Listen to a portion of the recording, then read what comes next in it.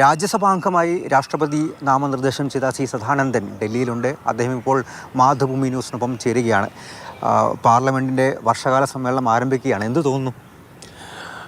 ചുമതലാബോധം എന്നുള്ളതാണ്. കാരണം മോദിജി തന്നെ നേരിട്ട് വിളിക്കുകയും ഒരു ഉത്തരവാദിത്വം ഏൽപ്പിക്കുന്നു എന്ന് പറയുകയും ചെയ്ത സാഹചര്യത്തിൽ തീർച്ചയായിട്ടും അതൊരു ചുമതലാബോധത്തോടു കൂടി ഏറ്റെടുക്കാനും സാധിക്കാവുന്ന തരത്തിൽ നമ്മുടെ കേരളത്തോട് പ്രത്യേകിച്ച് മോദി സർക്കാരിനും മോദിജിക്കും പ്രത്യേകമായ കരുതലും വാത്സല്യവും താല്പര്യവുമുണ്ട്.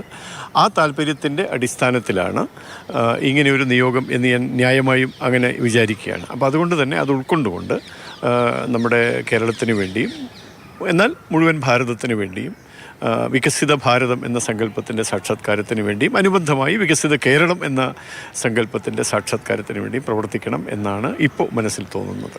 രാജ്യസഭയാണെങ്കിൽ പോലും ഇപ്പോൾ കഴിഞ്ഞ ദിവസം ബ്രിട്ടാസ് താങ്കളെ സംബന്ധിച്ച് പറഞ്ഞതെല്ലാം കേട്ടു എന്ന് പോലും ഞാൻ കരുതുന്നു. അപ്പോൾ നിങ്ങൾ തമ്മിലുള്ള ഒരു വാഗ്വാദം എല്ലാം തന്നെ പ്രതീക്ഷയോ? കാരണം ഇതിനു മുൻപും രാജ്യസഭയിൽ ജോൺ ബ്രിട്ടാസും സുരേഷ് ഗോപിയും തമ്മിൽ പലതവണ ഉണ്ടായിട്ടുള്ള വാഗ്വാദങ്ങൾ നമ്മൾ കണ്ടിട്ടുള്ളതാണ്. ഇപ്പോൾ അവിടേക്ക് സി സദാനന്ദൻ കൂടി വരികയാണ്. അപ്പോൾ എങ്ങനെയായിരിക്കും ഇതെല്ലാം? അല്ല, അത് ഓരോ സാഹചര്യം അനുസരിച്ചാണ്.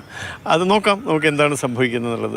എൻ്റെ നാമനിർദ്ദേശത്തെ സംബന്ധിച്ചാണെങ്കിൽ ഞാൻ അറിവില്ലായ്മ അപരാധമല്ല എന്ന് കരുതുന്ന ഒരാളാണ് ഞാൻ. അതുകൊണ്ട് അതിനെക്കുറിച്ച് ആരായാലും ഞാൻ പേര് പോലും പറയാൻ ആ നിലയ്ക്ക് താല്പര്യപ്പെടുന്നില്ല. ഞാനത് ശ്രദ്ധിച്ചിട്ടില്ല, ഞാനത് അവഗണിക്കുകയാണ്, ഞാൻ പരിഗണിക്കുന്നേ ഇല്ല. ഈ വിമർശകർക്കുള്ള മറുപടിയാണോ ഈ അറിവില്ലായ്മ ഒരു അപരാധമല്ല? തീർച്ചയായിട്ടും.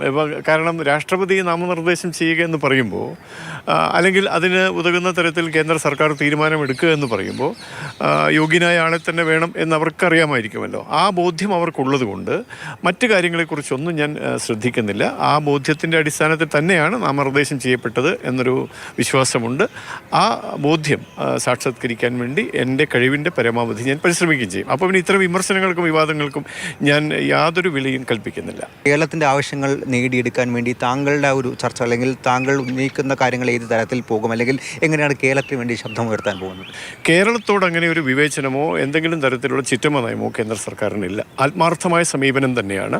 അത് പ്രഖ്യാപിക്കുന്ന ഏത് പദ്ധതിയായാലും ശരി, ആ പദ്ധതി വഴി കേരളത്തിന് എന്താണോ ഗുണകരമായി തീരുന്ന നടപടി സ്വീകരിക്കേണ്ടത് അത് ഗവൺമെൻറ് സ്വീകരിക്കുന്നുണ്ട്. പക്ഷേ ഇവിടെ നമ്മൾ കാണേണ്ട ഒരു വിഷയം, കേന്ദ്രം അനുവദിക്കുന്ന പല ഫണ്ടുകളും ശരിയായ തരത്തിൽ വിനിയോഗിക്കുന്നില്ല എന്നൊരു വിഷയമുണ്ട്. ഞങ്ങളതിനെക്കുറിച്ച് പഠിച്ചുകൊണ്ടിരിക്കുകയാണ്. പ്രത്യേകിച്ച് പാർട്ടി ആ ഒരു കാര്യം പ്രത്യേക പഠനത്തിന് വിധേയമായി ഒരു ധവളപത്രം പുറത്തിറക്കാനുള്ള തയ്യാറെടുപ്പിൽ കൂടിയാണ് പാർട്ടിയുടെ സംസ്ഥാന ഘടകം. അപ്പോൾ അത് വരുമ്പോൾ സാധാരണ ഇവരുടെ ഈ കള്ളപ്രചരണങ്ങളുടെ മുനയൊടിയും കേരളത്തോട് വിവേചനമല്ല, മറിച്ച് അർഹമായ പരിഗണന കേരളത്തോട് കേന്ദ്ര സർക്കാർ പുലർത്തുന്നുണ്ട്.